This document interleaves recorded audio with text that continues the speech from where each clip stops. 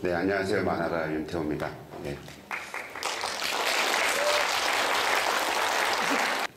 오늘 제가 드릴 말씀은 사실 이렇게 불특정한 분들하고 이야기를 나누는 게 사실 굉장히 좀 어렵거든요. 주제를 뭘로 잡아야 될지 모르기 때문에. 근데 다행스럽게도 여기 이제 나는 작가다라는 키워드가 있기 때문에 뭐 요즘 시대는 SNS나 이런 데서 누구나 다 글을 쓰고 창작을 하는 시대이니만큼 만화 쪽에 대한 제가 생각하는, 제가 이해하고 있는 만화 쪽에 대한 어떤 이제 창작의 어떤 보편적인 스킬이랄지, 저는 또 그 와중에 어떻게 창작을 했는지를 제 사례를 자세하게 들어가면서 말씀을 드릴 텐데, 저는 69년도에 전라도 광주에서 태어나가지고요.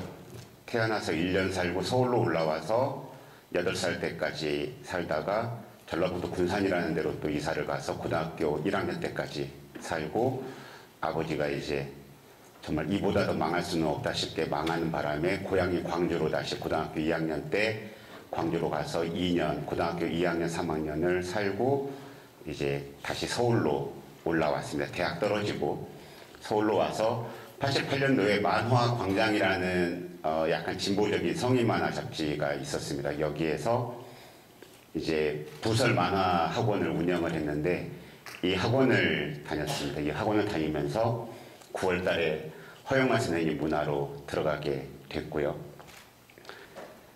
이게 이제 화실에 맨 처음에 들어가게 되면 각 단계가 이렇게 있습니다. 뭐 맨 처음에 문화생들은 이런 먹칠 같은 거, 뭐 여기 보면 이제 막 그 효과선 같은 게 있잖아요. 이게 이제 이 라인 바깥까지 삐져나와 있거든요. 이런 것들을 화이트로 다 지우고 인물 머리에 먹칠을 하고 이런 쾅, 뭐 이런 의성어 같은 것들을 다 쓰고, 그래서 화실 들어가면 한 달 내내 쾅만 써야 돼요. 이렇게 종이에다가 계속. 이게 쓰는 요령이 또 다 규칙이 화실마다 좀 다른 규칙들이 있거든요. 그리고 제가 처음 배경했던 선생님이 이제 배경 줘가지고 망치라는 만화의 배경을 그렸던, 이거 한 3, 4일 걸렸던 것 같아요. 이런 작업들을 해야 됩니다. 근데 이제 아까도 식사 중에 이제 교수님들이 잠깐 그런 걸 물어보셨는데, 화실에 들어가게 되면 제일 배워야 될 건, 사실 물론 이런 것도 중요하게 배워야 되는 거긴 하지만 진짜 제대로 배워야 될 건 스토리와 그 스토리를 제대로 연출하는 법을 배워야 되거든요. 근데 좋은 작가 화실일수록, 그러니까 내가 팬으로서 좋아했던 작가의 화실일수록 그 작가가 직접 하는 일이 굉장히 많습니다. 그러니까 내가 그분의 핵심적인 작업에 참여할 수 있는 길이 적어지죠. 그러니까 역설적이게도 굉장히 좋은 내가 좋아했던 좋은 작가는 저에게는 좋은 스승이 안 될 수가 있는 거예요. 그래서 2년 만에 그만두고 나왔습니다. 왜냐하면 핵심적인 걸 선생님이 다 하시니까 제가 배울 수가 없어가지고. 제가 문화생 때 책 읽는 방법을 어떻게 했냐면, 예를 들어서 이문열, 그러면 이문열 선생의 연보를 만듭니다. 이렇게 이분의 태어난 해부터 쭉 종이에다 이렇게 칸을 나눠가지고, 그래서 몇 년도에 이분이 몇 살, 몇 년도에 몇 살, 뭐 몇 살부터 언제까지 뭐 고등학교 들어갔고, 뭐 대학교 들어갔고, 중퇴했고, 뭐 이런 이야기들을 쓰는 거예요. 그 다음에 몇 살 때 이분이 어떤 작품 초고를 쓰고, 어떤 작품 발표를 했고, 어디에서 등단을 했고, 이런 것들을 쓰고, 그 옆에다가는 그때 우리나라에서 어떤 일들이 일어났는지. 그러니까 이분에게 영향을 끼쳤을 거잖아요. 이분이 한국에 살고 있었으니까. 예를 들어서 이런 거예요. 이문열 선생의 사람의 아들만 읽으면 이분의 상상력에 질려버려요. 뭐 어떻게 이런 상상을 할 수가 있지? 그런데 짜르투스트라는 이렇게 말했다라는 걸 그 뒤에 읽어보면, 아, 이분은 이거 읽었겠네 라는 생각이 들어요. 그러니까 상상력이라고 하는 거는 그렇게 우리가 서점에 가서 보면 너무나 컬러풀한 많은 작가들의 책이 굳혀 있으니까 창작자들이 대단히 많은 세계관을 가지고 살 것 같지만, 이렇게 연보를 짜가지고 각 그 작가분들의 데뷔작에서부터 순서대로 책을 읽다 보면은 이분들이 죽을 때까지 다루고 있는 세계관은 2개 아니면 3개 정도입니다. 테마, 죽을 때까지 끌고 가는, 자기의 쥐고 가는 테마는 2개 아니면 3개 정도라는 거죠. 그러면 창작자가 되기 위해서는 결국은 내가 죽을 때까지 끌고 가야 될 테마가 무엇인지에 대해서 알아야 되는 거였는데 그때 저는 그런 것 자체를 생각을 못할 때여가지고 단지 그냥 시간 순서대로 소설이나 이런 것들 책을 읽어가는 것만 했었죠. 그러면 스토리를 잘 쓰는 줄 알고 그 정도 딱 해서 발표했던 게 이 작품이에요. 이 작품 나왔을 때 그날을 잊지를 못하는데 월간 점프라는 잡지였거든요. 월간지. 서점에 가서 이 책을 사와가지고 제 자취방에서 다른 때는 만화하는 애들이 건방져가지고 문화생들이 건방져서 잡지 사면은 자기가 좋아하는 거 두세 작품만 보고 버려요. 근데 이때는 이제 제 만화를 봐야 되니까 뭔가 세레머니 하듯이 표지에서부터 모든 글자를 다 읽어가는 거예요. 두둥하고 내 만화가 나올 때까지. 그러면 이제 제가 평소에 안 보던 만화도 막 읽어가는 거죠. 근데 약간 좀 식은땀이 나기 시작하는 거예요. 아무도 보는 사람이 없는데 얼굴이 좀 막 달아오르고. 왜냐하면 그렇게 전력으로 남의 만화를 읽었더니 재밌는 거예요, 이게. 그 그림은 좀 별거 아니어 보였는데 너무 재밌고 그림들도 내가 싫어했던 그림체와 그림들이 어떻게 보면 스토리가 요구하는 바를 다 그려내고 있는 거예요. 그렇게 빠져가지고 보다가 갑자기 이 표지가 갑자기 딱 나오자마자 제 얼굴이 그냥 달아올랐어요. 그래가지고 연재 4회 만에 제가 접고 다시 문화생으로 들어갔습니다. 아, 나는 아직 작가가 아니구나. 이런 생각이 들어서. 아까 이야기로 다시 돌아가면 책을 열심히 읽는 건 그냥 좋은 독자가 되는 거고 좋은 작가가 되려면 당연히 상상이나 사고는 많이 해야 되는 거지만 제일 필수가 뭐냐면 습작을 만들어야 됩니다. 습작을 꼭 해야 돼요. 그러니까 낙서가 됐건 뭐가 됐건 쓰는 훈련을 해야 됩니다. 무조건 습관적으로 써야 돼요. 뭐가 됐건 써야 돼요. 누가 불쾌하게 했으면 그 욕이라도 써야 되고 누구한테 고마웠으면 그 고마움이라도 써야 되고 근데 일기처럼 쓰시면 안 돼요. 제 경험에 의하면. 왜냐하면 우리 하루가 그렇게 논리적이지 않거든요. 근데 문장으로 쓰다 보면 꼭 말을 맺어야 되잖아요. 그러니까 그 뭔가 하루에 왜곡이 생깁니다. 문장을 완성하기 위해서. 일기 형식으로 쓰다 보면. 그러니까 글은 최대한 짧게 파편적으로 쓰시는 게 더 드라이하게 쓰시는 게 저는 좀 더 낫다 생각하고 그 다음에 습작을 한 다음에 더 중요한 거는 작가는 자기 혼자 창작을 해가지고 서랍 속에 넣어놓는 사람이 아니죠. 남이 봐야 돼요. 그러니까 습작을 한 걸 꼭 보여줘야 됩니다. 내가 만든 모든 것들은 공개된다는 걸 원칙으로 삼으셔야 돼요. 그래서 저는 그때부터 저는 아까 말씀드린 것처럼 공부를 너무 안 했기 때문에 이게 벌이라고 생각했어요. 저한테 벌을 줘야 된다고 생각을 했어요. 그래서 그림에 빼앗겼던 시간만큼 나는 글을 써야 돼. 글에 집중해야 돼. 라는 생각으로 저한테 벌을 주는 의미로 필사라는 걸 시작을 했습니다. 그래서 이때부터 솔직히 원고지에다가 필사를 하면 문장이 안 들어와요. 왜냐하면 맞춤법 맞추고 칸에 정확하게 글씨 써야 되고 막 이러니까. 근데 하루에 1시간씩 저한테 벌을 주는 기분으로 저걸 한 거죠. 그 다음에 그때 당시에 이제 95년, 6년도에 그 모래시계가 대단히 히트를 쳤었죠. 그때 최민수 나왔던 드라마. 그 송진아 씨가 쓴 대본을 SBS 홈페이지에 들어가가지고 하이텔 시절에 거기에서 송진아 씨 모래시계 대본을 다운을 받아가지고 필사를 다 했습니다. 그 송진아 씨가 나레이션이나 이런 시나리오를 어떻게 쓰냐면 일반적인 소설 글쓰기와 에세이 글쓰기와 영화 시나리오 글쓰기는 굉장히 다르거든요. 뭐냐면 시나리오 글쓰기는 스텝이 100명이면 이 시나리오를 가지고 100명의 사람이 오차 범위 내에서 거의 비슷한 상상을 해야 돼요. 그러니까 지시어가 분명해야 돼요. 여기에 추상적인 나만이 아는 어떤 표현이 들어가거나 이렇게 되면 각자 상상하는 게 다릅니다. 촬영감독, 조명감독, 의상감독 뭐 이런 사람들이 각자 생각하는 게 달라버리면 이 작품이 망하는 거죠. 그러니까 굉장히 드라이하고 정확한 문장을 쓰려고 하는데 송진아 씨의 모래시계 대본이 정확히 FM같이 이렇게 쓰여져 있어요. 그래서 그걸 필사를 다 했죠. 그리고 저는 문화생 때도 연습할 때 저는 보통 문화생들도 야행성이어가지고 뭐 오후 2, 3시에 출근해가지고 새벽 서너 시에 퇴근하고 이랬는데 저는 9시면 무조건 퇴근을 했거든요. 그래서 집에 와가지고 제 책상 위에다가 1시간짜리 배경 연습, 1시간짜리 대생 연습, 1시간짜리 터치 연습, 1시간짜리 필사 이렇게 쭉 연습을 해요. 그러면 1시간 해보면 그림이 완성이 안 돼요. 그래도 1시간 지나면 무조건 올려놓는 거예요. 그러면 제 그림 실력이 일주일 정도 지나면 1시간을 기억을 해요. 제 몸이 타이머가 되는 거예요. 그래서 손이 빨라져요. 이렇게 한 달을 해보면 처음에 일주일은 굉장히 힘들거든요. 왜냐하면 이 연습한 걸 한 대에 안 모아놓고 이게 널어놓으니까 쌓이는 게 안 보여요. 연습한 게. 그래서 처음 일주일은 굉장히 힘든데 한 달 지나면 한 이만큼이 종이가 쌓여요. 그러면 여기에 잉크도 묻어있고 종이가루도 연필가루도 묻어있고 하니까 묵직합니다. 그러면 내가 대견해가지고 이 룰을 안 바꾸고 싶어져요. 그래서 이게 루틴이 되는 거예요.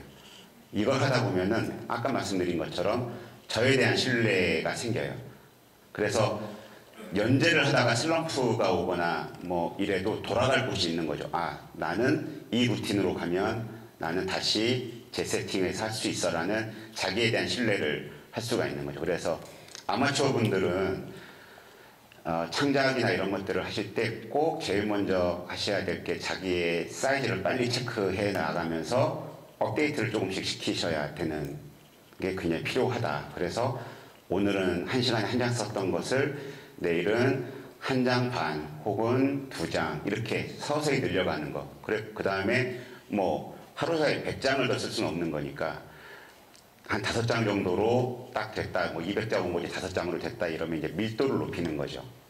이 글을 쓰기 위해서 뭔가 자료를 찾아보기도 하고 딱 한번 쓴 다음에 검수를 한번 더 해본다거나 맞춤법 아니면 똑같은 단어인데도 표현인데도 다른 언어로 바꿔보거나 예를 들어서 네이버에서 단어 검색하면 유사어들 막 나오잖아요. 그러니까 내가 습관적으로 쓰는 단어들이 있단 말이에요. 이것들을 굳이 바꿔보는 거죠. 그 다음에 우리 언어는 대부분 한자로 많이 되어 있으니까 한자로 항상 같이 기억을 해보시는 게 좋습니다. 우리가 흔히 이 사람 글 참 유려하고 좋아 라고 할 때 대부분 그분들은 한자어를 잘 씁니다. 그러니까 한글을 잘 쓰는 것도 매우 좋지만 그러기에는 우리가 사회, 철학 뭐 이렇게 말하는 모든 것들이 한자잖아요. 여기서 벗어나기 어렵다면 이것들 중에서 가장 좋은 어휘를 쓰는 것이 저는 더 맞다라고 생각을 합니다. 그리고 지금은 포토샵이랄지 아니면 이게 이제 스케치업이라고 하는 프로그램인데 건축과 다니시는 분들이 주로 쓰시는 거예요. 이걸 모델링을 하나 한 다음에 저희 때는 출판만 할 때는 온고지에다가 똑같은 장면이 나와도 계속 다시 그렸죠. 근데 요만큼 따가지고 붙이거나 각도를 달리해가지고 3D니까 각도를 달리해서 자기가 원하는 각도에서 붙여서 씁니다. 지금은. 그래가지고 요즘 젊은 웹툰 작가들은 배경 스킬이 없어요. 대부분 이런 걸로 다 처리하는 거죠. 그래서 최근에는 이런 말도 있습니다. 테크놀로지의 숙련도가 곧 창의력이다. 이런 말도 해요. 네. 그러니까 예를 들어서 방송국에 들어가면 방송국에 들어가거나 이러면 PD나 이런 분들이 기기를 잘 다루는 매뉴얼 학습을 굉장히 많이 하거든요. 왜냐하면 그걸 무리 없이 잘 다뤄야 이 기계를 활용한 무언가를 하고 싶다. 예를 들어서 우리가 뭐 보고 있는 예능 프로그램이나 이런 것들이 계속 발전해 오고 있거든요. 예를 들어 옛날에는 뭐 CG팀이 나비 넥타이 정도 그리는 걸로 끝났다면 요즘은 막 애니메이션으로 움직이는 이런 장치도 들어가고 기술에 대한 이해가 없이는 이런 상상을 할 수가 없는 거죠. 그러니까 테크놀로지의 숙련도가 곧 창의력이라고 하는 말이 꽤 일리가 있는 거예요. 이제 읽기가 잘 되고 나서 이제 미생이라는 작품을 하게 됐습니다. 미생은 출판사에서 먼저 고수라는 제목으로 저한테 의뢰를 했던 만화였고요. 바둑과 샐러리맨을 결합시킨 이야기를 처세술 만화를 요구를 했었어요. 허영만 선생님 관상 만화 꼴같이 한 테마마다 몇 페이지 안에서 딱딱 끝나게끔 그래서 어느 페이지를 펼치더라도 다이제스트한 처세술에 이런 것들이 나오게끔 그것도 바둑의 고수가 인생살이에 대해서 뭔가 강한 조언을 주는. 근데 저는 그 고수라는 제목이 너무 싫었거든요. 왜냐하면 저는 한 번도 성공해 본 적이 없는 사람이니까 뭐 대학교도 떨어졌지 뭐 피부도 이렇지 집도 찢어지게 가난했지, 노숙했지, 뭐 이러니까 고수라는 사람들에 대해서 제가 잘 몰라요. 모를 뿐더러 오히려 적의가 있죠. 적개심이. 그런데다가 바둑을 잘 둔다는 게 어느 한 분야의 대가가 된다는 것이 있고, 그 사람이 올바른 훌륭한 사람이냐는 별개의 이야기죠. 아니, 바둑을 잘 둔다고 해서 세상 사람들한테 혼내면 안 되죠. 자기 인생 잘 살면 되는 거지. 그래서 그 설정이 너무 싫었어요. 그래가지고 3년 동안 연재를 착수를 못하다가 결국 얻은 생각이 바둑에 실패한 사람이 사회에 나와서 적응해가는 이야기로 가자라고 생각을 했습니다. 머릿속에서 나오는 것대로 그대로만 풀어도 작품이 되는 소재도 물론 있어요. 근데 저같이 많은 책을 좀 읽어야 되거나 많은 사람들을 만나서 조언을 들어야 되거나 이런 것들을 하다 보면 이건 일이잖아요. 일. 근데 그걸 통해서 다른 쪽에 통찰이 생기는 건 어쩔 수가 없어요. 꼭 그런 게 와요. 그러면 그게 가정생활이나 아니면 저의 작품과는 상관이 없는 다른 영역에서 빛을 발할 때가 있어요. 꼭 작품에는 안 들어가지만. 그러니까 뭐냐면 일과 내 개인을 분리할 수 있을까요? 제 생각에. 저는 제 직업에서는 안 되거든요, 저는. 그러니까 어떤 것은 제 만화에 반영되기도 하고, 어떤 거는 그냥 제 삶에, 오히려 만화를 하면서 제 삶에 반영되는 부분도 있어요. 예를 들어서 만화를 그렸을 뿐인데, 오히려 저의 어떤 끈기랄지 아니면 뭐 어떤 다른 저의 성격적인 지점을 북돋아주는 지점이 생긴다거나. 근데 지금 이제 서울 같은 데에서 이제 무슨 학교나 아니면 직장인들 대상으로 강의 같은 걸 나가면 작가 꿈꾸고 계신 분들이 굉장히 많으세요. 직장인 분들 중에. 왜냐하면 요즘은 그 살 수 있는 기간은 늘어났는데 정년퇴직 기간은 굉장히 빨라졌잖아요. 그러니까 다음에 나의 삶에 대해서 굉장히 많이 준비를 하시려고 해요. 근데 우리나라 직장인들의 특징이 뭐냐면 역대급으로 많이 배우신 분들이잖아요. 우리나라 역대급으로. 지금 가장 많이 배운 사람들이 동시대에 가장 많이 살고 있거든요, 지금. 그래서 옛날 80년대처럼 그냥 아주 심파적인 이런 거 아니고 내가 전문으로 쓰고 싶은 것들을 조금만 노력을 하시면 분명히 그런 것들을 유희할 수 있는 분들이 있더라라는 게 그분들의 판단이에요. 그러니까 뭐냐면 만약에 직장, 그러니까 저는 제 창작물이 제가 사장이 돼가지고 말하자면 하는 거니까 제 삶과 뺄 수 없다고 친다면 직장을 다니신다고 했을 때는 그 직장에서 겪는 모든 것들을 낯설게 보는 과정이 필요하다. 그 자체를. 그러니까 결국 창작이라는 게 처음에는 시간을 많이 들여야 되는 기술인 것처럼 생각이 들어요. 그렇지만 결국은 전 통찰력 싸움인 것 같거든요. 결국은 테마 싸움인 것 같아요. 내가 무슨 이야기를 하려고 하는지에 대한 테마의 싸움이고, 만약에 웹툰을 한다 그러면 네이버 같은 데 들어가 보면 정말 그냥 발로 그리는 것 같은 그림들 얼마나 많아요. 그런데도 지금 그 작품들이 하나의 온전한 오리지널 콘텐츠로 대우를 받고 있잖아요. 그리고 그 밑에 댓글도 보면 5만 개씩 달리고 이래요. 그러니까 이미 창작물에 뭐 옛날처럼 출판만 할 때는 이건 돌이킬 수 없는 종이에다가 인쇄를 박는 거기 때문에 그때는 정말 일필휘지 훈련된 사람들만의 세계였어요. 만화라고 하는 게. 근데 지금은 그냥 바이트 낭비만 좀 할 뿐인 거죠. 지금은 그냥 그 자체가 뭐 어마어마한 뭐 남한테 민폐를 끼치거나 이러지 않아요. 모두가 해도 돼요. 점으로만도 작품을 만들 수가 있고, 옛날에 뭐 졸라맨 같은 것도 있었잖아요. 그러니까 뭐냐면 내가 먼저 벽을 쌓을 필요는 없다. 창작은 이래야 되라고 하는 벽을 쌓을 필요 없다. 대신 이런 정도의 이야기는 담아야 된다라는 그런 테마의식, 이런 것들을 갖고 있다면 직장 생활을 하시면서도 그런 것들은 얼마든지 생활을 하시면서 갈고 닦으실 수 있지 않을까. 그리고 돌아와서 그런 것들을 짧게 메모하는 습관만, 하루를 정리하는 메모하는 습관만 갖고 있다고 한다면 언젠가는 그게 총합이 됐을 때, 여드름이 잘 여물었을 때 스스로 알아서 뻥 터지듯이 각자에 따라서 자기의 걸맞는 조건값이 맞았을 때 뻥 터지지 않을까. 예. 감사합니다.